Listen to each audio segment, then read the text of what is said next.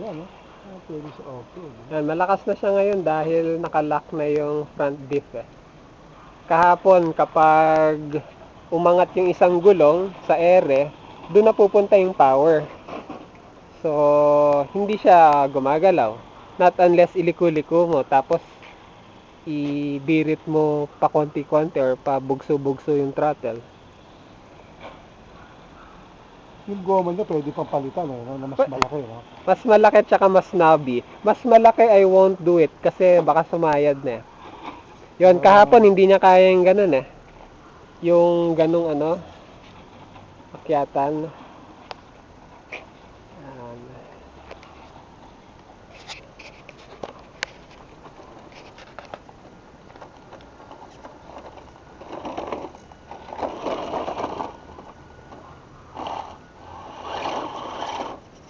Yan. Kung yung likod, kung nakalock yung rear diff niyan, kaya na niya. Ano siya, no? Pang baragan sa ano?